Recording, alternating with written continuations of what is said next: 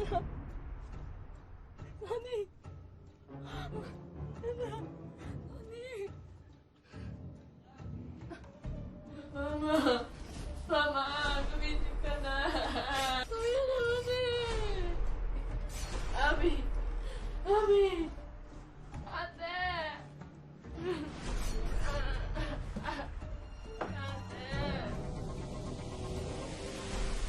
Mabigat ang mawalan ng mahal sa buhay dahil sa isang brutal na krimen.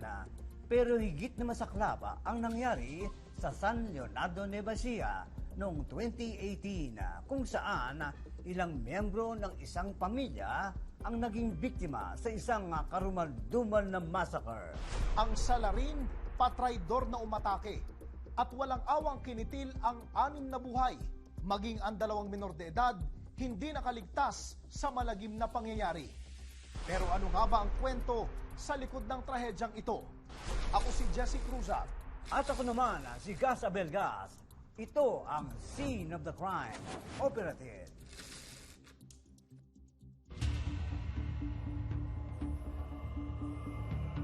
Gabi noong 20 na Abril 2018 sa Barangay Tambo Adorable, San Leonardo, Nueva Ecija, naghahanda na sa pagtulog ang pamilya ni Annalyn Caballero.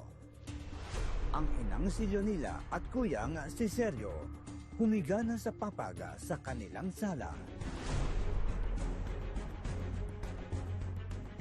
Ang kapatid na si Jennifer at live-in partner na si Jessie kasama ng kanilang anak ay pumasok na din sa kanilang kwarto. Samantalang ang mga nakababatang kapatid ni Annalyn na sina Joshua at Amy ay natulog na rin. Noon ay pumasok na rin sa kanilang silid si Annalyn at humiga upang matulog.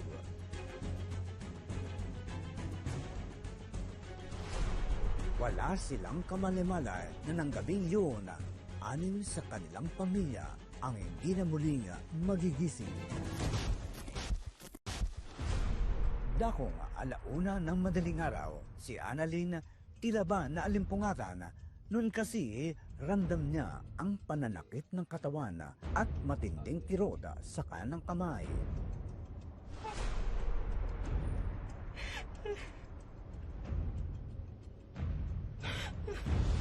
Sa tuluyang pagmulat ng kanyang mga mata, laking gulat niya dahil putol na ang ilan niyang daliri at dumaranak ang dugo sa ilang bahagi ng kanyang katawan. Anak! Honey! Anak! Ang masakit pa, ang live-in partner niyang si Sunny, nooy tila wala ng buhay. Honey! Ang kanilang anak nabahiran din ng dugo. Ginigising ko yung asawa ko, bakit nakita ko puro dugo, bakit may ano yung leeg niya. Nakita ko, tapos ako naman, bakit yung masakit kamay ko, pinaga yung sa kong kamay, yung sa putol, tapos hanggang ulo, leeg. Pero ang mas ikinatakot ni Annalyn, nooy dinig niya ang mga yabag ng paa na tila papanapit sa kanilang kwarto. Kaya naman, dali-dali siyang nagpanggap na wala na rin buhay.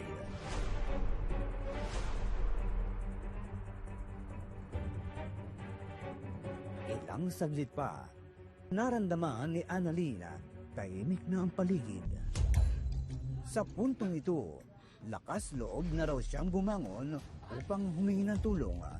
Dito na natuklasan ni Annalyn na hindi lamang sila ang naging biktima ng gabi yun. Naubos ako ng kwarto, sinilip ko nanay ko. Tapos yung kuya ko, magkatabi sila. Duguan sa higaan at wala na raw buhay ang inang si Leonila. At nakatatag ng kapatid na si Sergio ng kanyang datnan. Kuya! Kuya! Joshua! Sumunod niyang nakita ang 10 taong gulang na kapatid na si Joshua. Wala na rin itong buhay. Malapit sa pintuan, Ano nga ba? Gumising ka dyan! Ami! naroon naman ang katawan ng 12 taong gulang na si Amy naliligo sa sariling dugo at wala na ring buhay.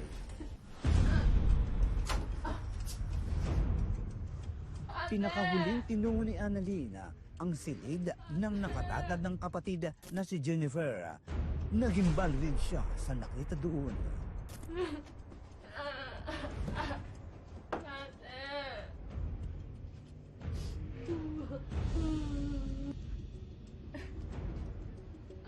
Nooy ramdam na ni Annalena ang pangihina ng buong katawan.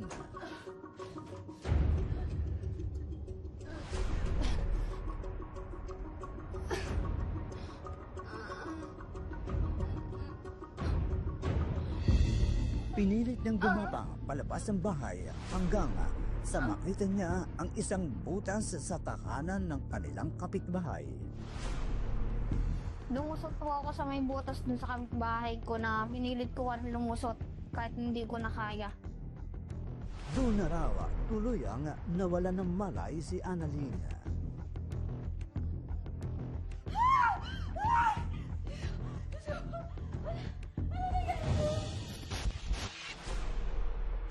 Ang nooy 19 anyos na si Annalena, himalang nakaligtas sa massacre na naganap sa kanilang tahanan. Gayunman, 6 sa kanyang mga kaanak ang nasawi sa madugong krimen. Pero ano nga ba ang mga sirkumstansya sa kanilang tahanan noong gabi bago tuluyang sumiklab ang krimen?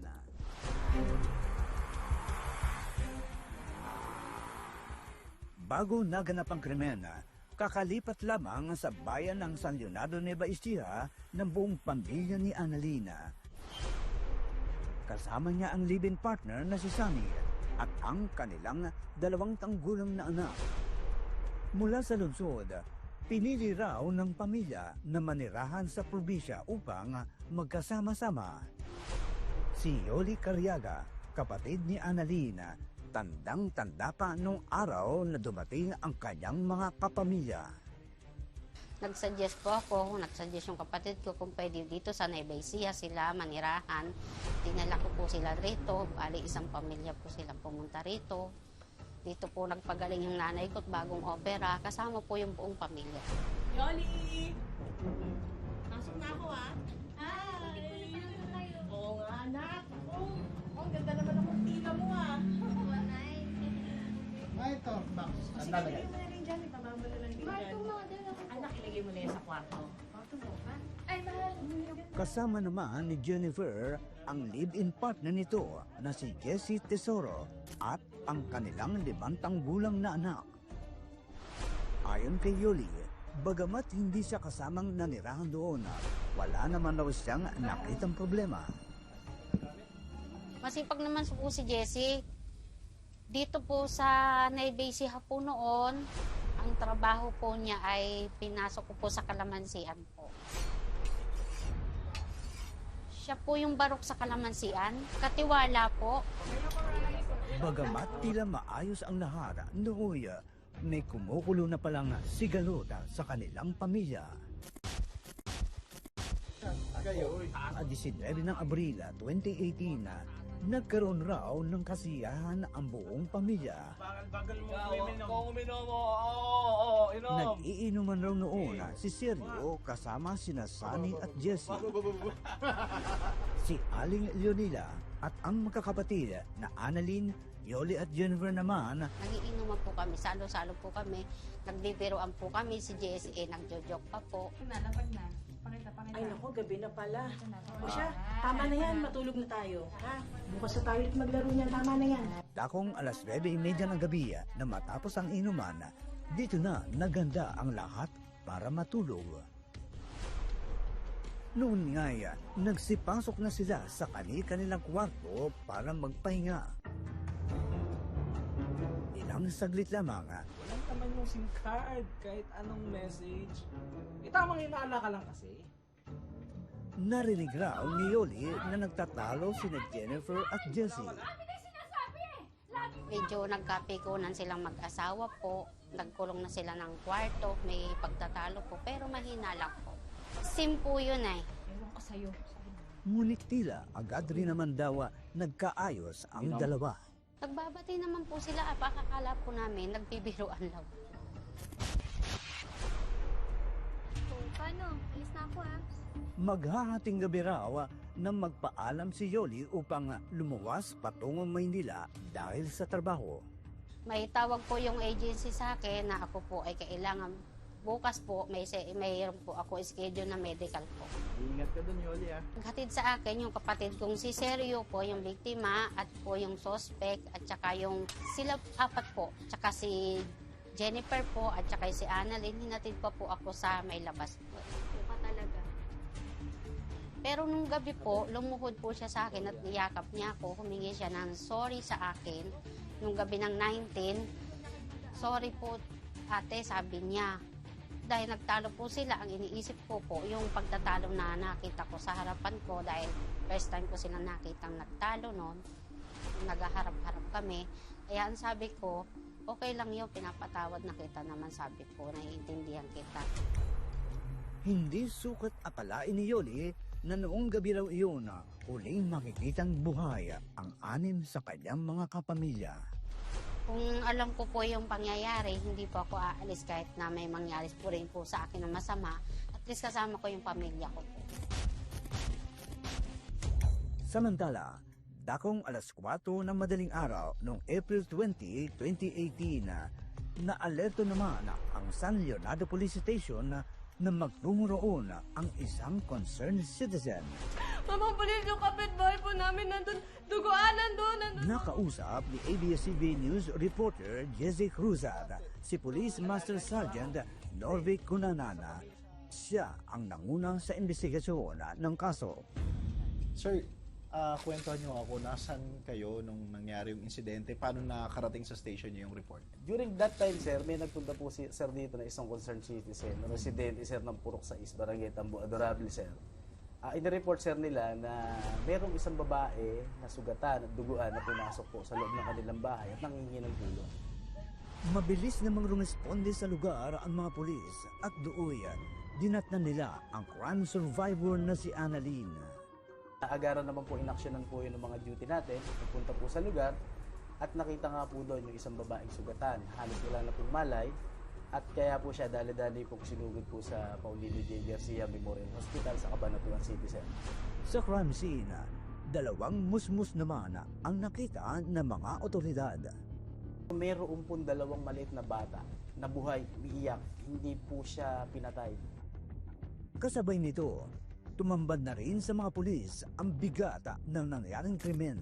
Nagulat po kami, meron pong 6 na lifeless body na naliligo sa sarili ng dugo at puro po may taga sa laig lahat.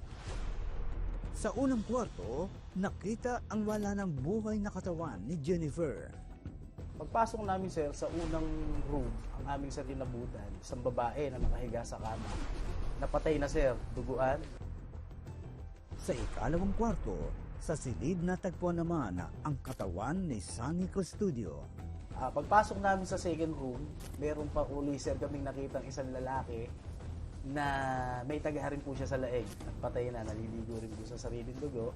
At sa ikatlong kwarto, naroon ang walang buhay na katawan ni Joshua Caballero. Then sa third room, may isang binatilyo rin po, sir, na almost pugot na yung ulo niya. Balat na lang ang nakakapit. Samantalang nasa sala naman ng bahay ang mga bangkay ng mag-inang Leonila, Ami at Sergio. Tapos, sir, dito, sir, sa likod ng divider sa TV, nandoon po yung isang 10 years old na batang babae na tagpas po yung balikat. Kasama po niya yung isang medyo maedad ng lola niya, si Leonila, at saka po yung isang lalaking anak. Parehas po silang may tagpas sa laig. Lahat po, puro wala na pong buhay lahat. Batay sa medical legal report na inilabas ng Nueva Ecija Crime Laboratory, ang mga biktima, sina Leonila, Sergio, Jennifer, Joshua at Sunny ay pawang hackwood to the neck ang ikinamatay. Wala rin nakitang defense wound sa mga ito. Indikasyon na natutulog ang mga biktima nang sila'y paslangin. Base na rin sa medical legal report, ilang defense wound naman ang nakita sa iba't ibang bahagi ng katawan ng batang si Ami. Tulog at walang kalaban-laban ang 6 na biktima ng paslangina sa loob ng kanilang tahanan sa Barangay Tambo Adorable, San Leonardo, Nueva Ecija. Pero ang mas masakita, ang salarina sa krimen ay kamag-anak ng mga biktima. Sa patuloy na pagsisiyasat sa crime scene, walang nakitang forced entry sa bahay. Wala rin nakitang murder weapon sa lugar. Kaya teorya ng mga pulis, tinanga ito ng suspect. Nakita rin nila ang ilang damit na panglalaking may bahid ng dugo. Sir, noon pong magkaroon kami ng Toro together with the SOCO team from Nueva Ecija Forensic Unit, may nakita kaming timba sa CR na may mga bloodstain na damit na nakababad sa isang timba. Dito na sumentro ang investigasyon ng pulisya kay Jesse Tesoro, live-in partner ng nasawing si Jennifer. Conduct na po kami, sir, ng continuous, thorough, and in-depth investigation po. Hanggang sa dumating nga po yung time na na-locate po namin itong tricycle driver na si Eliezer Marcuevo. Sir, si Eliezer Marcuevo, sir, ito, sir, yung sinakyan ng suspect paalis ng crime scene ng barangay na yun after nung krimen, sir. Nooy personal kong nakaharap si Eliezer Marcuevo, tricycle driver. Ayon sa kanya, alas 4 ng madaling araw noong April 20, 2018, nang maisakay niya ang isang lalaki. Lumabas siya galing doon sa bahay. Sino siya? Si Jessie po. Bagong ligo pa nga po. Kaya sino bang mag-atid? Sabi niya, sakay ka ba, boss? Kaya ako nakauna pakipig mo ako din sa kanto. Sabi niya. Saan ba, boss? Baka pwedeng doon sa may sakay papuntang Kabanatuan. Kaya may masasakyan na kaya ako ng Beng Kabanatuan ng ganitong oras. Sabi ko, wala pa kasi maaga. Sanay ka ako yung mga tao rito na 6-7 ng biyahe. Kung diretso mo lang kaya ako ng Santa Rosa, sabi niya. Kasi nandun ay kayo mga kuya ko nag-aantay sa palengke. Inatid doon na po siya ng kanto ng Santa Rosa. Sa puntong ito ng investigasyon, itinuring na ng pangunahing suspect sa brutal na krimen si Jesse Tesoro. Sa amin po level ng investigation that time, suspect na po siya. Kasi? Since siya lang po ang only person na lumabas sa crime scene prior the discovery po. Krimen. Pero ang lalong nagdiina sa suspect ay ang naging salaysay ng crime survivor na si Annalyn. Nagising siya, sir. Although hindi siya ganun ka-accurate, pero nakapagsalita siya. Ano ang nasabi niya? Ang sinabi niya, sir, si Jessie. Hinanap ko agad din mati ate ko. Nakita ko naman wala naman yung asawa niya. Sabi ko. Tapos muli, sabi ko sa isip ko, siya ang wala. Patay lahat. Dahil dito, agad na hinanap ng mga pulis ang naturang suspect. Nung ma-determine namin, nung ma-found out namin na siya sumakay ng bus, papuntang Tarlac. Ito po palang Tarlac City Police Office, ay meron po pala silang tinatawag na Oplan Candado. Yung Oplan Candado po, pag po inactivate yun, nagpa-participate po lahat ng barangay tanod, civilian volunteer, para i-locate, yun dapat i-locate na suspect. Binato po namin yung picture ng suspect na nakuha namin doon sa kanyang previous employment. Ibinato namin for identification. Fortunately, sir, in God's grace, mayroong nakakita kay Jessie po sa Tarlac City. Kaya po yung mga operatiba po natin, sa tulong din po ng Tarlac City Police Office, nagpunta po doon sa location, sa reported location doon sa nakita si Jessie. Matapos maaresto, agad namang dinala sa impila ng San Leonardo Police ang suspect. Agad naman daw itinuro ng suspect kung saan itinapon ang murder weapon na ginamit sa krimen. Malaki po kasi yung bolo. Ano po siya yung welye ng truck na ginawa po siyang, dinesign siya para maging bolo. Makapal po siya. Talagang in one hit, capable po na pumatay. Noon din ay nagkaroon naman ng pagkakataon ng ABS-CBN News Team na makausap si Jessie. Ang suspect, aminado sa ginawang kasalanan. Lumalabas rin na matinding galit ang motibo sa krimen. Hindi ako nakakapag-abot sa kanya. Pangit po ako, sir. Pag nakakapag-abot ako, maganda. Matagal na rin niyang kinimkim ang sama ng loob sa kanyang biyanang si Leonila. Nais raw kasi nitong maghiwalay sila ng kanyang living partner na si Jennifer. Ihiwalay kami ng binang ko, ng asawa ko. Noon ko pa sinasabi sa inyo na itigil niyo na itong relasyon niyo. Kaya ako po nagawa yun, sir. Nang gabing yun, sumiklab na raw sa galit si Jessie. Ako yung itakbo sa boss ko. Boss, bumalik po ako doon sa amin. Pinabayaan ko muna po sila katulog. Bago ko po nagawa ang krimen na yun. Ayon pa kay Jessie, sinadya naman raw niyang hindi paslangin ang dalawang bata, ngunit hindi niya inakalang mabubuhay pa ang crime survivor na si Annalyn. Kala ko po, sir, namatay na silang lahat. Kaya kung tinira yung dalawa, di makapagsumbong yung sir. Di pala, sir, yung nabuhay pang isa. Sa nagawang karumaldumal na krimen, nagsisisi raw si Jessie sa pagpapadala niya sa kanyang itinanim na galit. Nagsisisi po ako talaga. Kukonsensya po ako, sir. Sinagot naman ni Yoli ang mga paratang ni Jessie. Pinaghihiwalay ng kanyang ina si Jessie at Jennifer dahil sila'y magpinsan. Hindi po alam ng kapatid ko na siya ay pinsan niya. First cousin po niya si Jessie. Tesoro po kami sa middle name. Kaya ayaw ng nanay ko na sila ay magkatuluyan. Tinututulan ng nanay ko kasi first cousin po sila. Yung tatay po ni Jessie at yung aking nanay, magkapatid po. Bunsong kapatid po ang aking nanay. O kaya ayaw ng nanay ko na tutol talaga siya na sila, pinaghihiwalay sila dahil magpinsan po sila, magkadugo sila. Yun po talaga ang tunay na pangyayari. Dahil sa mga ebidensya at sa pag-amin ito ng suspect sa krimen, sinampahan si Jessie Tesoro ng mga kasong multiple murder with frustrated murder. Noong July 13, 2018, sa inilabas na resolusyon ng Branch 34 ng Gapan City Regional Trial Court, guilty beyond reasonable doubt ang hatol sa kasong 6 counts of murder laban sa suspect na si Jessie Tesoro. Mabigat naman ang parusa kay Jessie. 6 count of murder at isa pong frustrated murder. Multiple murder and frustrated murder, sir. Puro reclusion perpetua siya without the benefit of parole. Talaga namang napakabigat ng nangyaring massacre. Kaya nga paghiram sa malalim na sugat ang patuloy na dalangin ng mga kaanak ng biktima.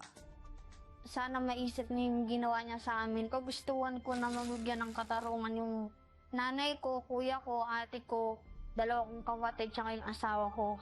Gagawin po namin lahat para sa nawalan sa amin. Mahal na mahal ko po sila. Pagpapatawad na lang po ang hinihiling ko. So, sa mga kapatid ko, sana mapatawad nila yung biktima yung kahit biktima tayo, mapatawad natin yung gumawa sa tamang panahon, hindi man ngayon.